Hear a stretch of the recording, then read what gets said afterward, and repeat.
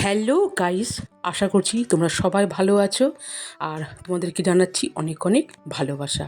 আর ভালোবাসা জানি আজকে তোমাদের কাছে যে রেসিপিটা আমি শেয়ার করছি, এটা হচ্ছে রসবলি। রসবলি এমনই এক মিষ্টি যা জগন্নাথ প্রভুর ৫৬ ভোগের অন্যতম। আর এতে কিন্তু দারচিনির ফ্লেভার অন্য মাত্রায় যোগ করে। তাহলে বন্ধুরা, আমরা কিন্তু এমনিতেও বাড়িতে এই মিষ্টির রেসিপিটা অনায়াসেই তৈরি করতে পারি। তাহলে চলো বন্ধুরা, তোমরা প্রথম থেকে শেষ পর্যন্ত দেখতে থাকো।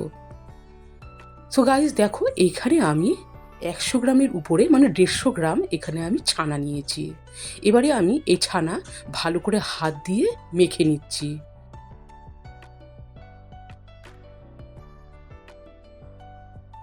এইভাবে কিছুক্ষণ মাখানোর পর এতে আমি দিয়ে দিচ্ছি ২ চামচ ময়দা,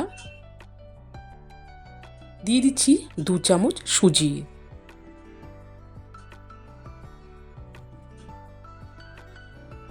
এরপর দিয়ে দিচ্ছি দারচিনির গুঁড়ো। এই ৩টি উপকরণ দিয়ে এখন আমি ছানা সমেত ভালো করে মেখে নিচ্ছি।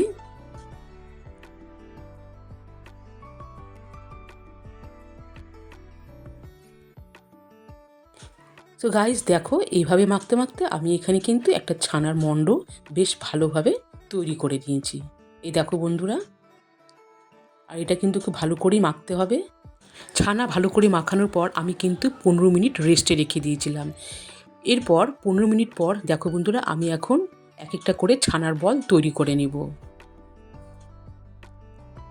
এইভাবে আমি এক একটা করে ছানার বল তৈরি করে নিচ্ছি। আর ছানার বল তৈরি করার পর আমি দুই দিকটা কিন্তু আঙুল দিয়ে একটুখানি করে দাবিয়ে দিচ্ছি। এই দেখো বন্ধুরা,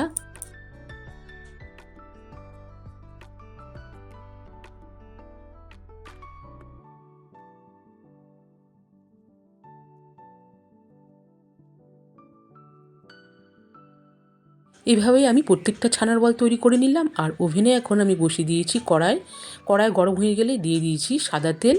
তেল গরম হয়ে যাওয়ার পরে এখন একদম আমি মিডিয়াম আঁচে ছানার বলগুলো দিয়ে দিচ্ছি।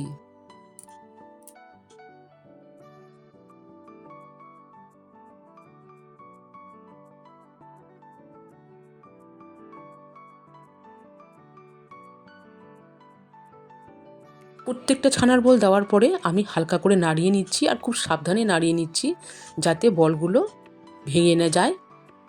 এভাবে আস্তে আস্তে করে নাড়িয়ে নিচ্ছি। দেখো বন্ধুরা, আস্তে আস্তে কিন্তু একটা গোল্ডেন কালারও হয়ে আসছে, আর দেখতেও কিন্তু খুব সুন্দর লাগছে। আর দেখো ছানার বলগুলো কিন্তু বেশ সুন্দর ফুলে উঠছে। সো গাইস, দেখো একটা খুব সুন্দর কালার হয়েছে, ব্রাউন কালার। এই অবস্থায় এখন কিন্তু আমি এই ছানার বলগুলোকে তুলে নেব। তোমরা চাইলে এখানে এই ছানার বলগুলোকে সোনালি কালার করেও ভেজে তুলে নিতে পারো। এরপরে আমি সেই কড়াই পরিষ্কার করে আবারও ওভেনে বসিয়ে দিলাম। আর এরপরে এখন আমি দিয়ে দিচ্ছি এতে ৫০০ গ্রাম দুধ।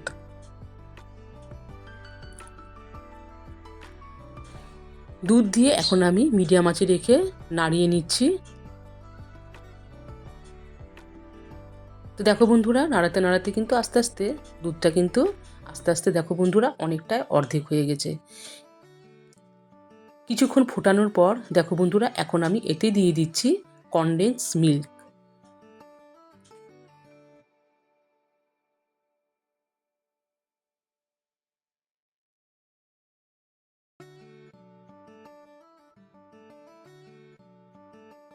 কনডেন্স মিল্ক দিয়ে এবারও আমি নাড়িয়ে নিচ্ছি। আর এটা কিন্তু দুধটা আরও বেশি ঘন হবে।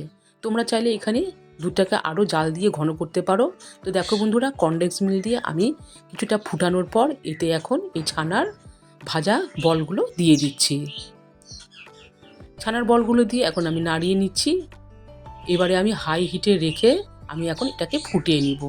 আর দেখো বন্ধুরা, এখানে আমি আগে থেকে গরম দুধের মধ্যে জাফরান মিশিয়ে রেখেছিলাম। এই জাফরান মেশানো দুধটাও আমি দিয়ে দিলাম। এবারে হাই হিটে রেখে প্রায় ৫ মিনিটের মতো আমি ফুটিয়ে নিচ্ছি।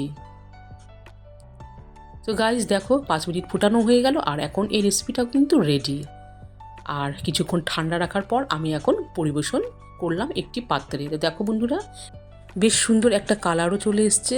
আর এখন আমি এতে কিছুটা দিয়ে দিচ্ছি আমন্ড বাদাম কুচিয়ে। তোমরা চাইলে এখানে কাজু বাদাম কুচি দিয়েও তোমরা পরিবেশন করতে পারো। তাহলে হয়ে গেল একটা সুন্দর রেসিপি রসবলি। এবারে ঠান্ডা হয়ে গেলে এবার তোমরা ফ্রিজে রেখো কিন্তু এটাকে পরিবেশন করতে পারবে। তাহলে বন্ধুরা তোমরা বলো আজকের এই রেসিপিটা কেমন হয়েছে। সবাই কিন্তু অবশ্যই কমেন্ট করে জানাবে। আর যারা এখনও নতুন আমার চ্যানেলটিকে সাবস্ক্রাইব করোনি প্লিজ সাবস্ক্রাইব করে দিয়ে পাশে থেকো। তাহলে আর কি বলি, সবাই ভালো থেকো, সুস্থ থেকো, টাটা। দেখা হচ্ছে আরও নতুন কোনো এক রেসিপি নিয়ে।